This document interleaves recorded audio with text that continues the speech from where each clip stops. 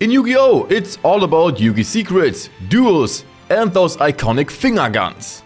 But don't confuse this video with the Illogical Things series. Even though the editing there might be some of my best works, it didn't quite land as well, just like Kid on Elbaf. In this video, we will take a close look at whether Yugi truly lives up to his title as the King of Games, or if King of Cheaters might be more accurate. Now, I'm not going to go through every single duel, but I will begin from where the rules actually start making sense. So, from the beginning of Battle City. Almost every duel before that were complete ass-pulls. Yeah, there's supposedly some rules. And sure, there is one rule, namely that there are no rules. How else do you explain Weevil and Yugi drawing at the same time? Or Yugi secretly setting a trap card during Weevil's turn, or the spamming of normal summons? And don't even get me started on the Castle of Dark Illusions, that weird Moon Destruction move, or the Mammoth Arrow fusion combo with the Ultimate Dragon. Or Thousand Eyes Restrict getting Curibroed and exploding. It's peak, sure, but we can't work with whoever makes more rules wins. Rare Hunter Seeker. We start our analysis with the duel between Yugi and the Rare Hunter Seeker. Even though Yugi made some strange moves, the outcome pretty much stays the same, even if he had played perfectly. Honestly, Yugi was very lucky on this one. Oh, and of course he cheated. Unnecessarily. After Joey was just hobby-horsing his way home, his Red Eyes Black Dragon got snatched away.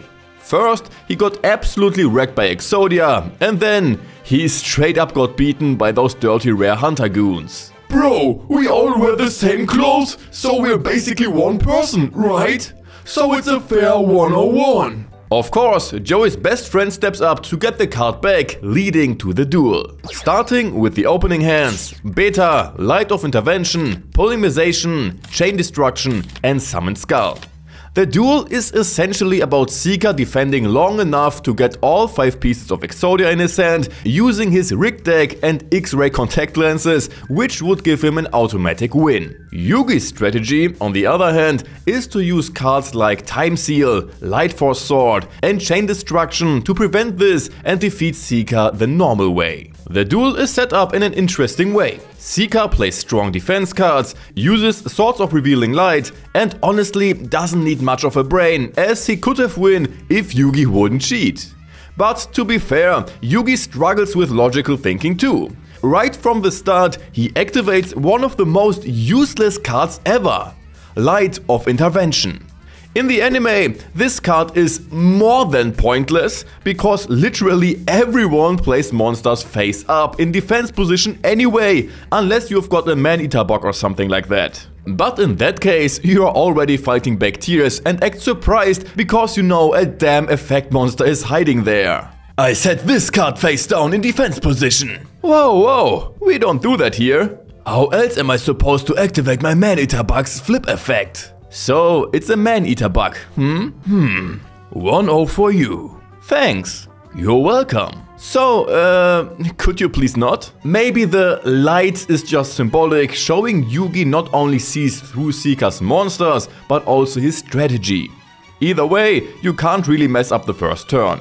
But in Yugi's second turn, he draws Baphomet, then sacrifices Beta the Magnet Warrior to summon it, which lets him summon Gazelle too, and he fuses them to create Chimera with 2100 attack points. But, of course, he can't attack yet because, in the anime, fusion monsters can't attack on the turn they are summoned. This combo must have impressed that malnourished crack junkie. This play is super questionable though. Why didn't Yugi just sacrifice Beta to summon the summoned skull he's holding in his hand? That way he could attack right away and destroy Gear Golem with Summoned Skull's Thunder attack. Sure, it wouldn't have shortened the duel much, but Seeker would never be able to win after that. Seeker would have been forced to wall up with his Golem and Swords of Revealing Light. Next turn, Yugi would have shut down Seeker's draw phase, and then in the following turn, he could have played Light Force Sword to keep Exodia at bay even longer. In Yugi's next turn, the game completely changes.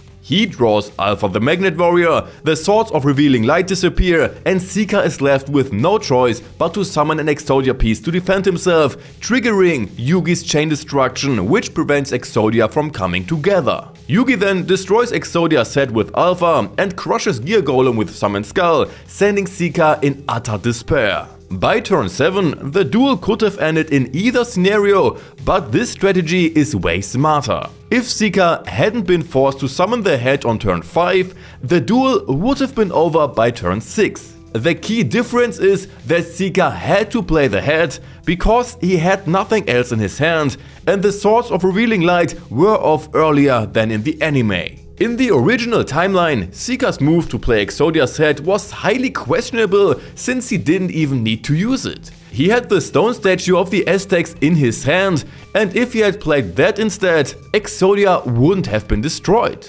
Sure, the stone statue would have been defeated by Chimera, but Alpha and Summoned Skull would have attacked directly, only reducing his life points by 3900, leaving him with 100 life points.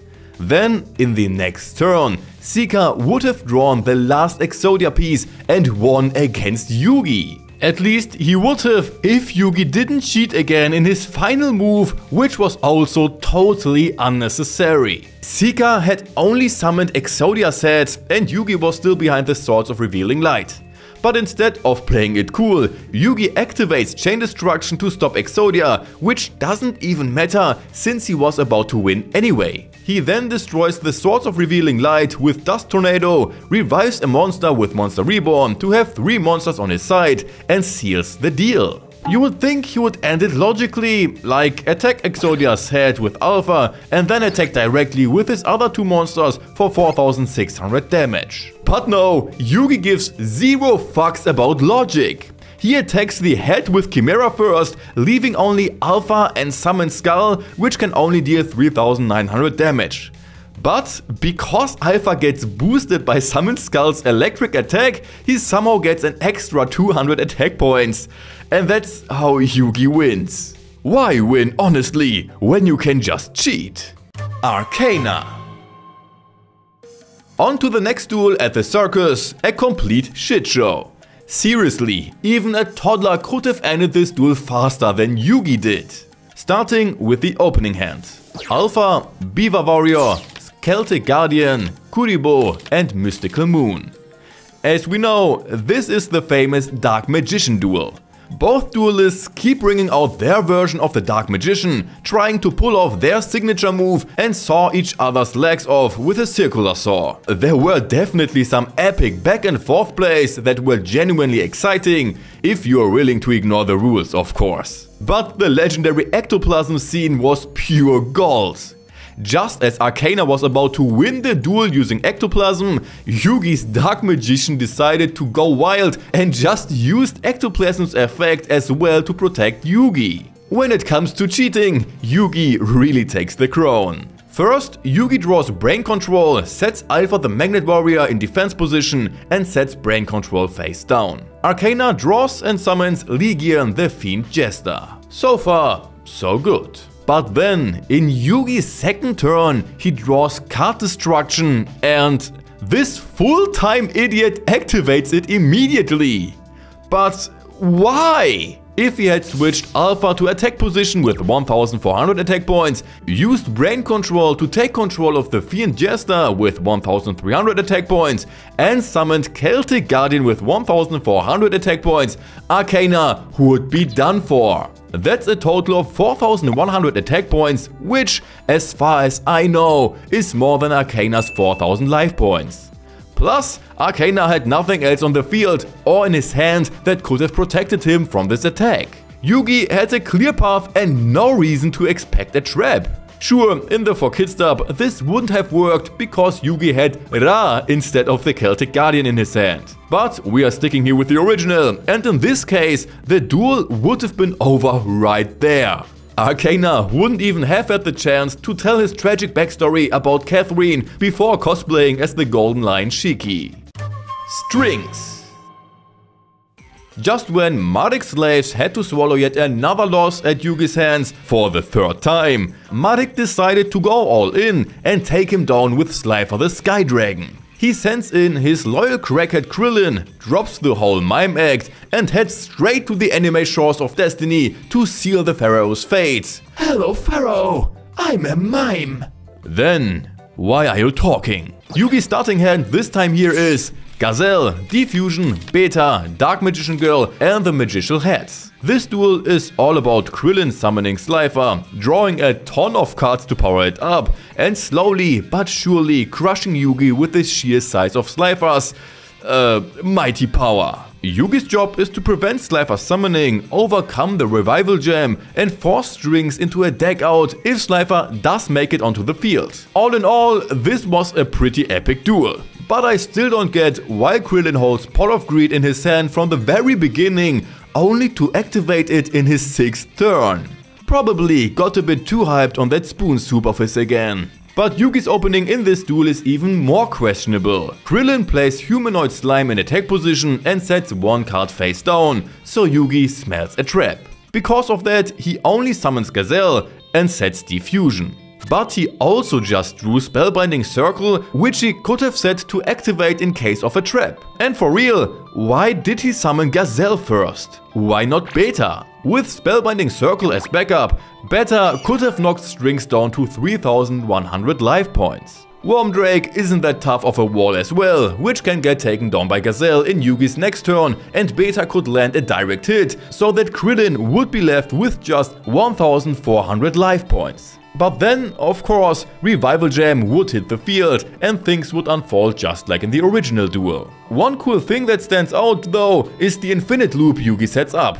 It's pretty awesome, even if anyone familiar with the rules knows it wouldn't work. Using brain control while the gem regenerates, so it revives on Yugi's side and triggers Slifer's effect to keep blowing itself up, is just wild. But it also could have been done differently. By the time Yugi brought Buster Blader back and destroyed Revival Gem again, Krillin had drawn a total of 27 cards.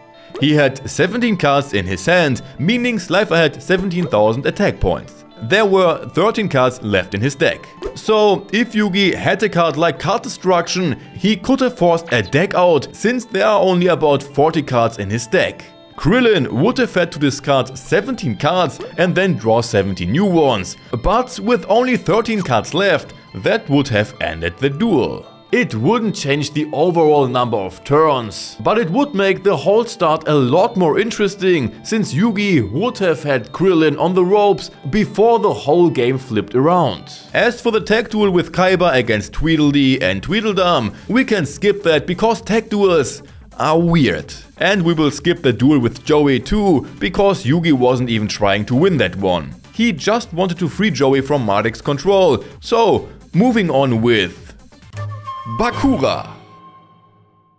After fighting his way through and pulling his friends back to the good side, and Tier 2, Yugi finally had enough locator cards to start some epic duels on the Hindenburg. To everyone's surprise, Bakura was there as well, so they just knew something was off. Are you evil? Yes. Yes. So Yugi had the good fortune of facing Bakura in the very first quarterfinal duel. The starting hands here are for Bakura: Dark Sanctuary, Earthbound Spirit, Dark Door, Dark Fear of Death, Headless Knight. Yugi's starter hand is Diffusion, Card Destruction, Monster Reborn, Exile of the Wicked, Spellbinding Circle. This duel was brutally well done. Bakura came at Yugi with so many different tactics, forcing Yugi into a corner until he had to rely on Slifer for help. With the combination of Dark Door, Dark Sanctuary and Dark Spirit of the Silent, Bakura completely shredded Yugi's life points while simultaneously forcing him to attack since the countdown to final was ticking. Yugi barely had control of the duel at any point, except for right at the start. And that's where we hit a major misplay. One thing that he could do in round 3 as well, if he missed the chance by turn 2 to end the duel early. By the second turn, Bakura was already down to 3700 life points, and then he also summons the Ghost of Fled Dreams in attack position. Big mistake, because Yugi could have exorcised the ghost with Exile of the Wicked, then summoned Gamma and used Monster Reborn to bring the ghost back on his side. With all three monsters, he could have attacked directly and ended the duel right there. And even if he missed this chance, Yugi could have finished things in the next turn. By turn 3, Bakura was down to just 2000 life points. At that point, Yugi could have activated Exile to destroy the Headless Knight and attack directly with Gamma and Gazelle for a total of 3000 damage. Or he could summon Bakura's ghost using Monster Reborn, take out the Headless Knight and attack directly with the other two monsters. He could even use both Exile and Monster Reborn to achieve the same result. Yugi could have cruised straight into the semifinals against Kaiba without ever needing Slifer. Though, let's be real, it was pretty epic to see Slifer in action. Seine ägyptische Götterkarte! We will skip the Noah filler arc, because filler. And we will also pass that 4-way duel with Kaiba, Joey and Marik too. Yugi wasn't just playing for himself in that one, he was playing for Joey too. So, let's move on to the semifinals against Kaiba. The real duel of destiny, foretold since the age of the Pharaohs. Dark Magician versus Blue Eyes White Dragon.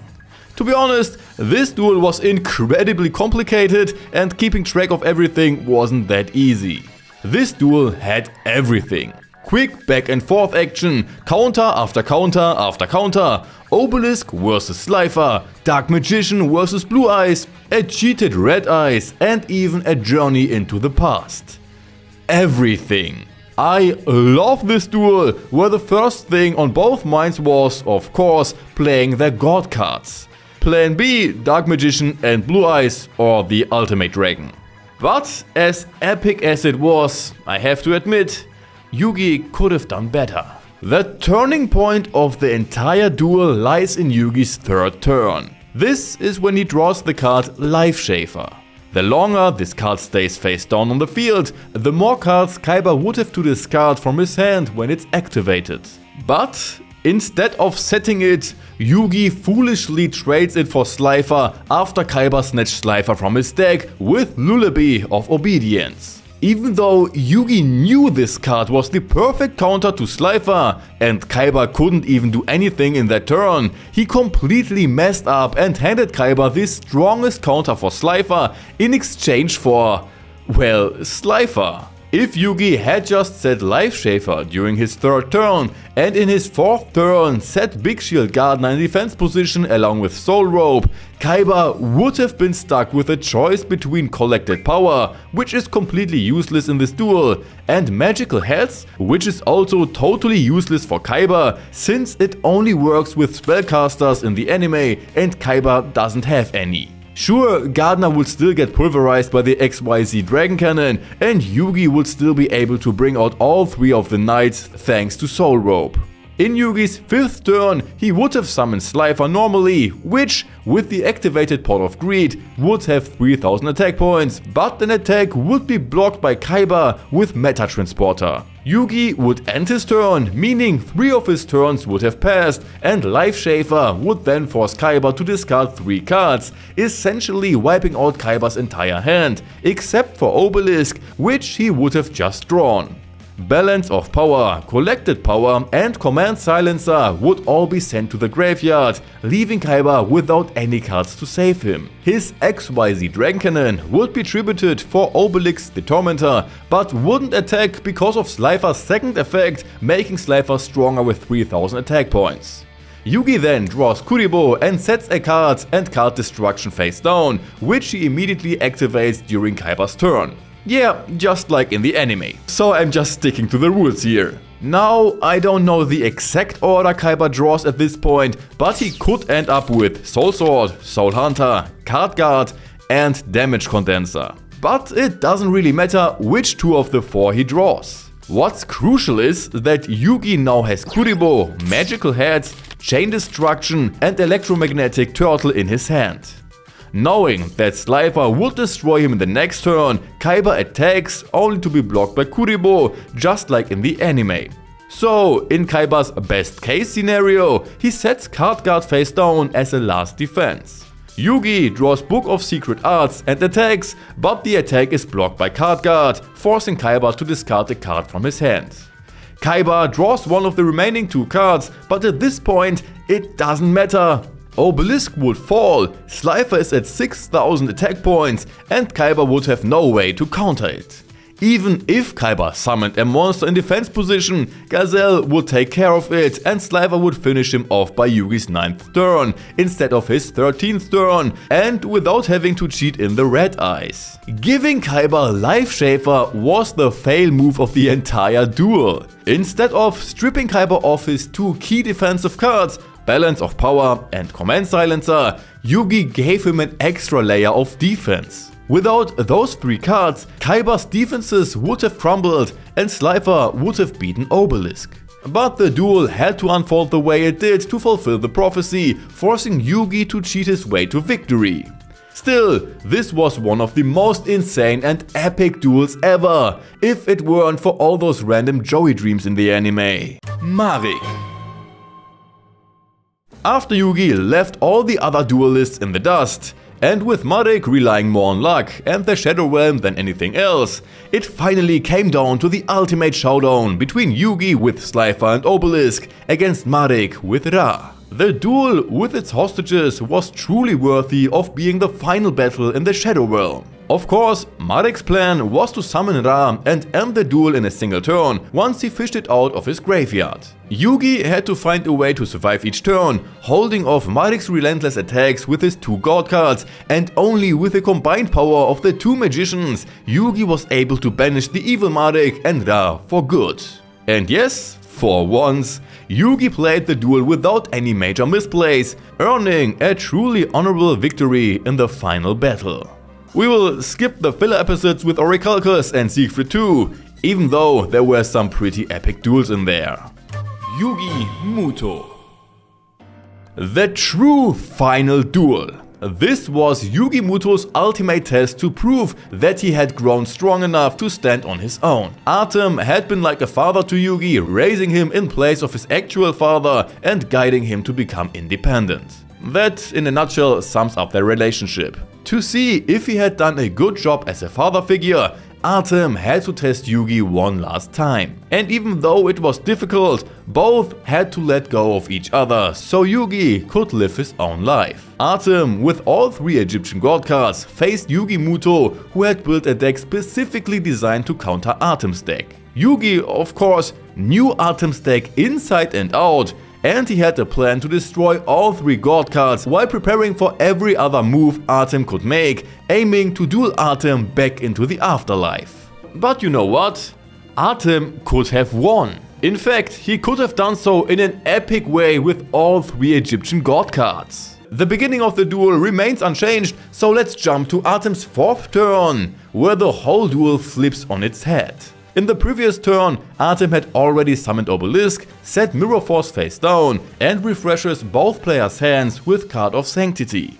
Yugi's new hand had Alpha, Beta, Gamma, Magical Trick Mirror and Magnetic Force. But Artem went overboard with Queen's Knight, King's Knight, Pot of Greed, Slifer, Ra and likely Book of Secret Arts. Artem attacks Yugi's Celtic Guardian with Obelisk, but Yugi countered with a combo of Earthshaker and Shift, evening both monsters' attack points at 2500. But Artem can activate traps as well, so he activates Summoning Clock, which allows him to summon 3 monsters with just 1 tribute. He tributed the Tricky to summon Queen's Knight, King's Knight and Slifer. The 2 knights then pull Jack's Knight from the deck, and after the battle phase, Artem sacrifices them all to summon Ra. But if you take a closer look at Artem's hand, he could have played things very differently. Slifer was, of course, a no-brainer. Then Artem could have played King's Knight, and why not bring out Ra as well? Sure, the combo looked cool, but it was totally pointless to throw away another card from his hand, which only weakened Slifer, just to summon Ra either way, who now would have 0 attack points since nothing was sacrificed for him. I know this wouldn't work in the TCG because Ra can't be special summoned and requires 3 tributes. But in the anime, things work a little differently. Ra was always getting revived from the graveyard with Monster Reborn, which is technically a special summon without any tributes. At this point, Yugi only had 1400 life points left and had already burned through almost all his defenses to power up his swordsman to 4000 attack points. He also had 2 Magnet Warriors on the field with nothing else set. Artem still has solid 4000 life points and could have had Obelisk with 2500, Slifer with 4000, Ra with 0 and the King with 1600 on the field. He could have let Ra absorb the other 2 God cards and attacked Yugi's Celtic Guardian with a whopping 6500 attack points. Or, in classic Marek style, he could have thrown everything into Ra, boosting it to a ridiculous 12,099 attack points. That would have been the end for Yugi. Even if he would left Slifer out and played Queen's Knight instead, he could have sacrificed everything for Ra and still ended up with 11,499 attack points. Just enough to overpower the swordsman, and the win is saved. Maybe Artem just didn't feel like waiting another 5000 years to return to his home. Or maybe he just made a bunch of misplays. The cheat to always drawing the exact card he needed definitely saved his ass, considering how many misplays he made along the way. And sometimes he just invents some new effects. In conclusion, the king of games wasn't actually that good. But of course, that's because the producers never expected that anyone would look at every duel to check every move of misplays. Want me to break down duels of other duelists? Then write it down in the comments. Click here to get to the final part of the illogical things in Yu-Gi-Oh! GX, and here for some random video. But that's it again from me. I hope you enjoyed this video. We'll see us next time, so take care, my friends.